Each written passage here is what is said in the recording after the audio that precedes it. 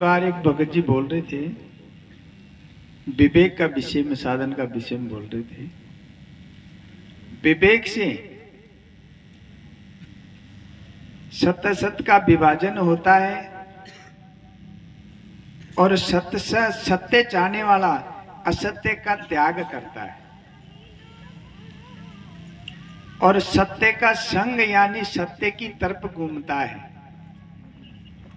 और सत्य की पराकाष्ठा है, वही सत्संग है।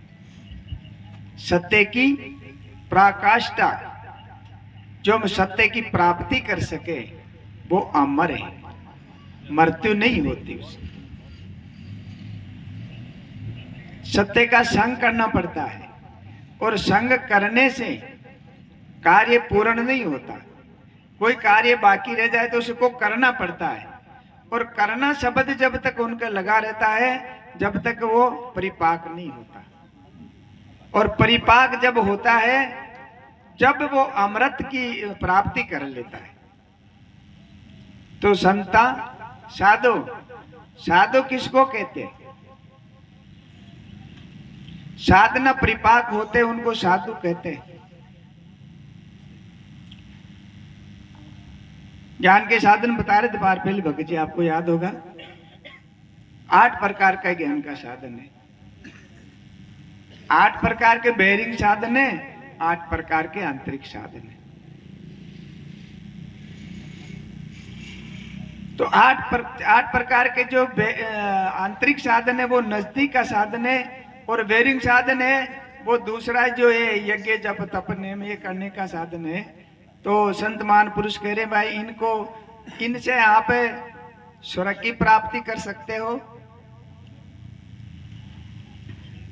इनसे आप देवलोक की प्राप्ति कर सकते हो, लेकिन जब आपका ये पुण्य क्षण हो जाएगा फिर आपको जन्म मृत्यु में, जन्म में और पुनरपि जन्म पुनरपि मरण, और वो जठराग्नि का कष्ट भोगने के लिए आपको वापस आना पड़ेगा। उसमें 6 संपत्ति होती है ये साधन में, सम दम श्रद्धा समाधान तितिक्षा उपरांति। सम है, दम है, श्रद्धा। श्रद्धा जिसमें होती है वो सत्य का संग करता है। श्रद्धा के बिना ज्ञान नहीं होता, श्रद्धा के बिना आप कुछ नहीं कर सकते। तो श्रद्धावानी लभते ज्ञान। जिसमें श्रद्धा होती है वो सत्य का संग करता है और संग करना जब तक रहता है, जब तक जुड़ाव रहता है। जैसे लोहा संगत काट की कीनी, काट यानी काष्ठ लकड़ी, जो नाव बनती है ना उसमें लोहा लगा हुआ होता है। तो जब तक उनका संबंध है, जब तक कुछ करना होता है और वो लोहा छूट के अंदर चला जाएगा फिर उनका वो कार्य खत्म हो जाएगा। तो सत्संग करना एक कर्म है और अमृतत्व की प्राप्ति करना कर्म छूटना है। साधो जो साधना की है, साधना मतलब अपने आप को साध लिया। अरे दूसरा की साधना नहीं होती,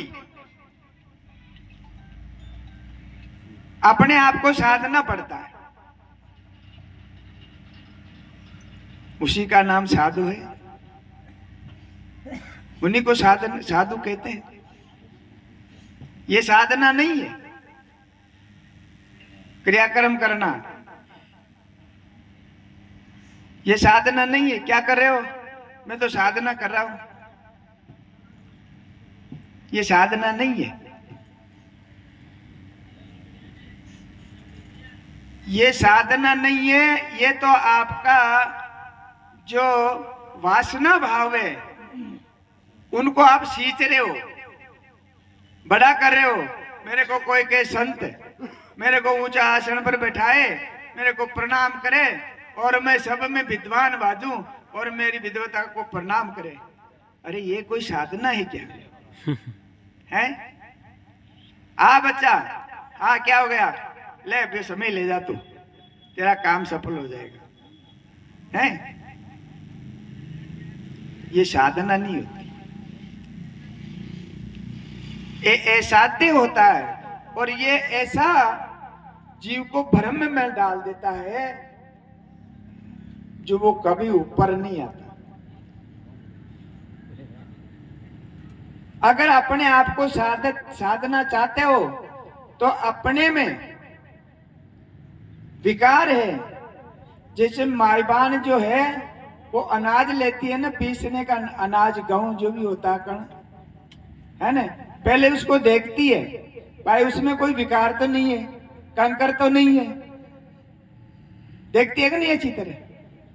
वैसे अपने आप को देखो, दूसरा का विकार मिटेगा भी नहीं आपसे, बैठना चाहोगे तो। खुद का देखो, मेरी दृष्टि में क्या विकार है। अरे वो सांप चलकता आपके सामने, आप जानते हो उसको। मेरा श्रवण इंद्री क्या सुन रही है वो मेरे को मालूम है। जो पंच ज्ञान इंद्री है ये क्या कर रही है, पंच विषय में जा रही है या ये ज्ञान इंद्री का सदुपयोग हम कर रहे हैं? हम कर रहे हैं, दूसरा नहीं। मैं और कहता हूं, अरे शाला के मोकलो तो न जाता है कहीं हम आओ लो कहीं था को करजो उतर जा लो। नहीं देवी देव तो कहीं था के बोलो जा को।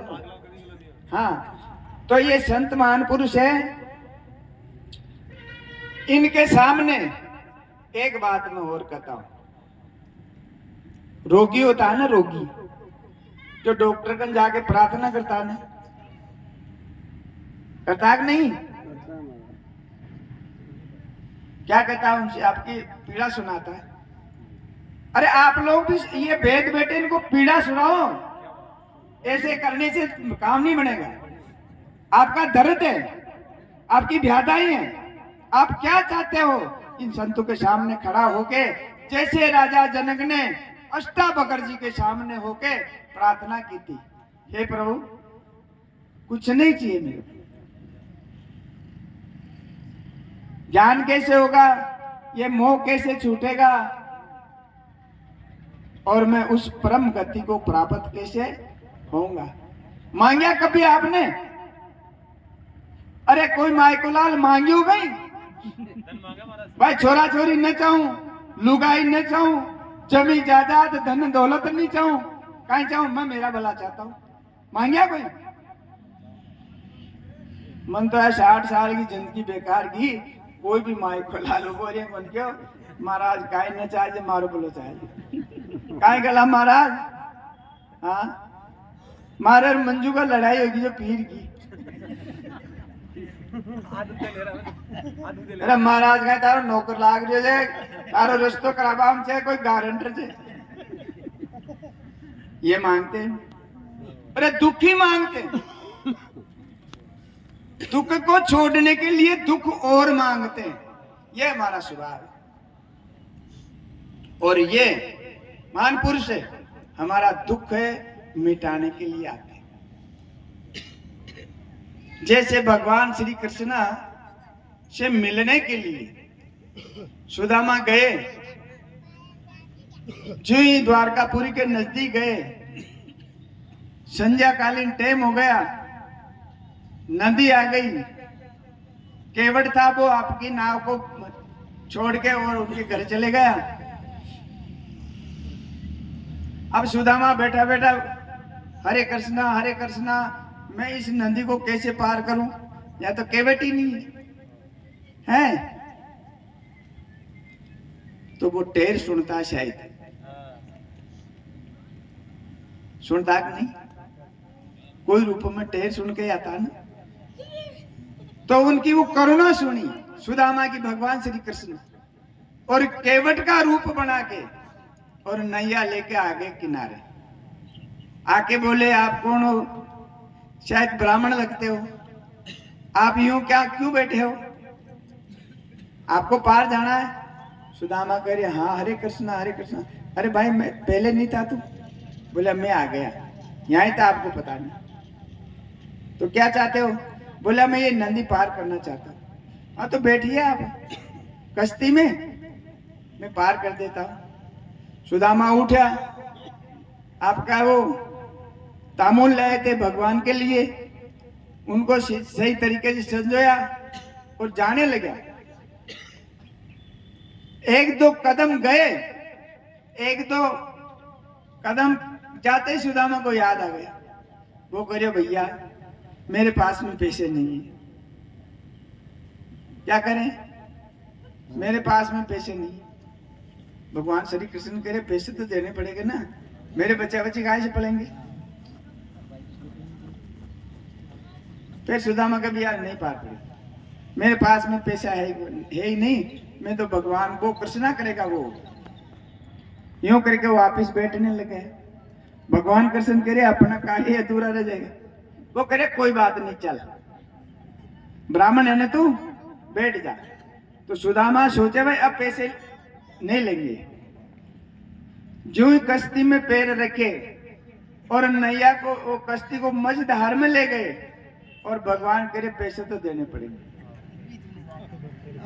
सुदामा करे हरे कृष्णा मेरे में तू यार ये क्या कर दिया, मैं तेरे को पहले मना किया था हैं। और कश्ती चल रही, चलते चलते किनारे लगे। जो ही किनारा आया और सुदामा कश्ती से उतर के बाहर जाने लगे, भगवान उनका वो दुपट्टा पकड़ लिया, भाई देना पड़ेगा रे पैसे। अब सुदामा यूं खींच रहे, भगवान यूं खींच रहे। सुदामा कह रहा मैं तेरे को पहले मना किया था नहीं यार। भगवान कह रहे तेरे जैसे बहुत आते हैं, मेरे बच्चे क्या खाएंगे, पैसे तो देने पड़ेंगे। अब खींचते खींचते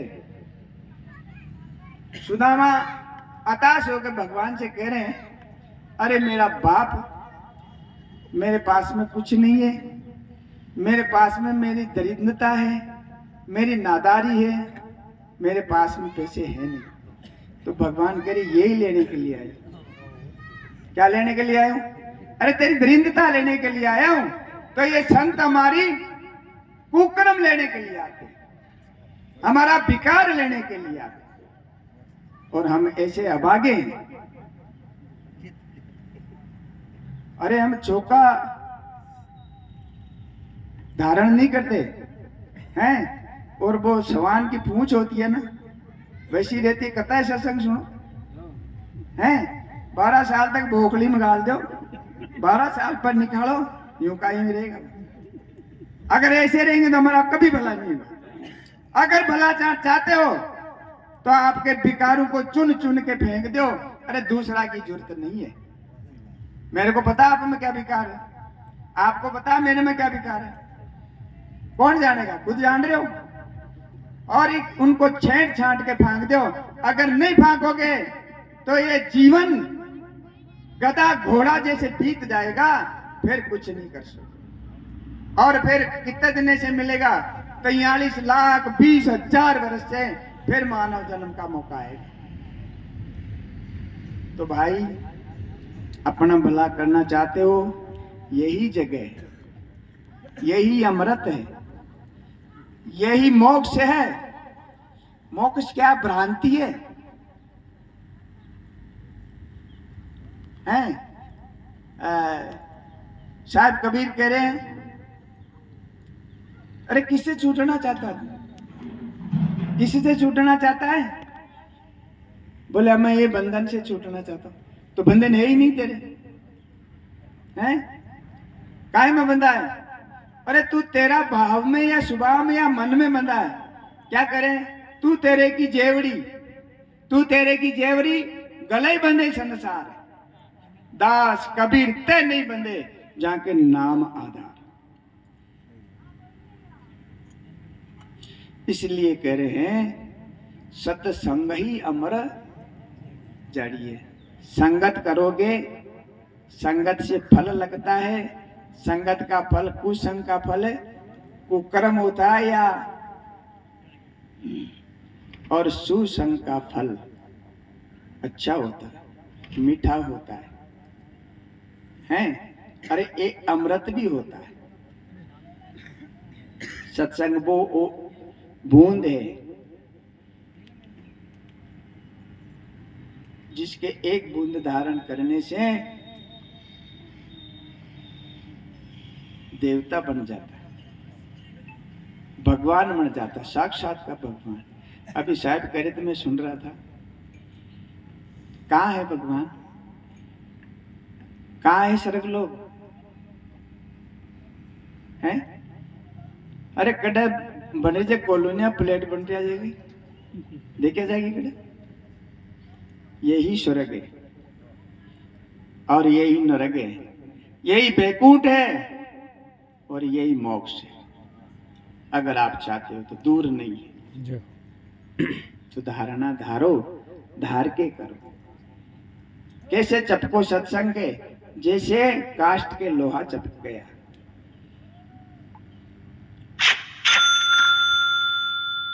अब तो बोलो टाइम तो थोड़े दिए, बोलो सदगुरु।